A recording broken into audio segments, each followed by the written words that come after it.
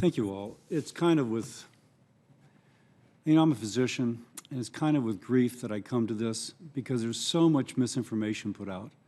But let me first say that we have a lot of common ground here, a lot of common ground. First, let me just say what's actually been accomplished or things that I personally have been involved with. I've led and has been signed into law the John Lewis National Institute on Minority Health and Health Disparities Research Endowment Vitalization Act and Maternal Health Quality Improvement Act, two things designed to address disparity.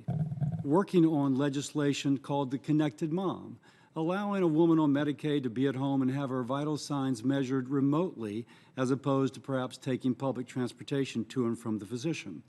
We've worked significantly on what to do about addiction services, knowing that many women who die within a year after a pregnancy die of addiction. Working on, we just passed a major suicide bill, a mental health bill, which again, since many women who die post-pregnancy die of suicide. But there's more to do. And I emphasize that because there's common ground. And the common ground gets kind of lost in the midst of a cloud of misinformation. Now, again, I'm going to speak as a physician because I found that when patients came to me in a panic, the first thing I had to do was kind of dispel their fears that were not the case and to try and instill facts where there was instead this kind of, oh my gosh. So first, I think Dr. Marshall did a wonderful job of pointing out that he, as a pro-life physician, takes care of patients with ectopic pregnancies, period, end of story.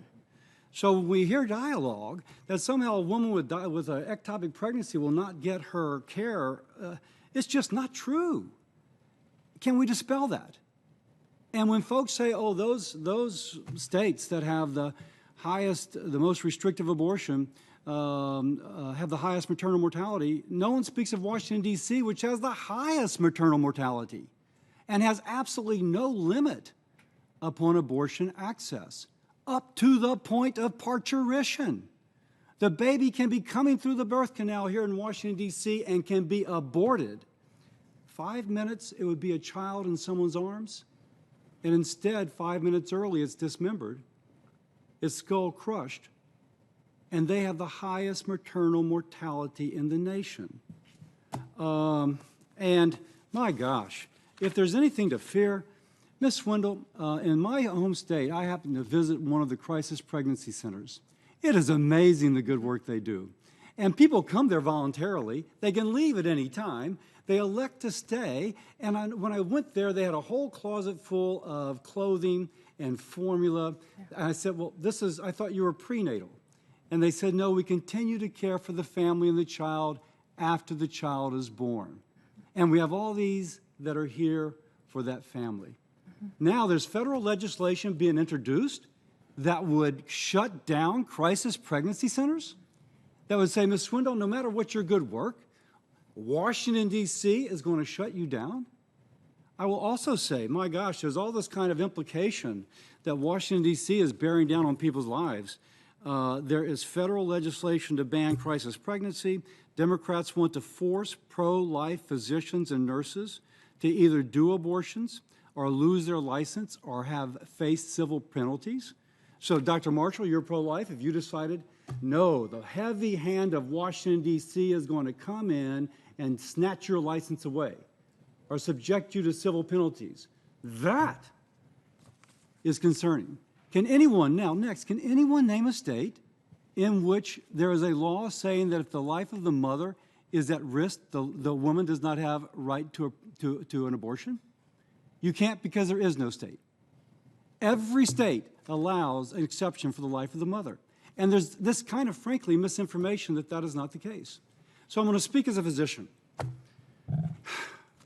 There's a lot of common ground. Let's do something about maternal mortality. But let's don't hide our efforts in a cloud of misinformation, suggesting for a fact that aborting every baby is the way to protect mama's lives, when we see here in Washington, D.C., with the most liberal law in abortion in the nation, having the highest rate of maternal mortality. Nor let's suggest that a mama is going to have her life placed at risk because of these, or because of an ectopic pregnancy she can't have her abortion addressed. And the richest was that transgender is somehow going to be affected. There's not a law out there related to abortion that also relates to transgender.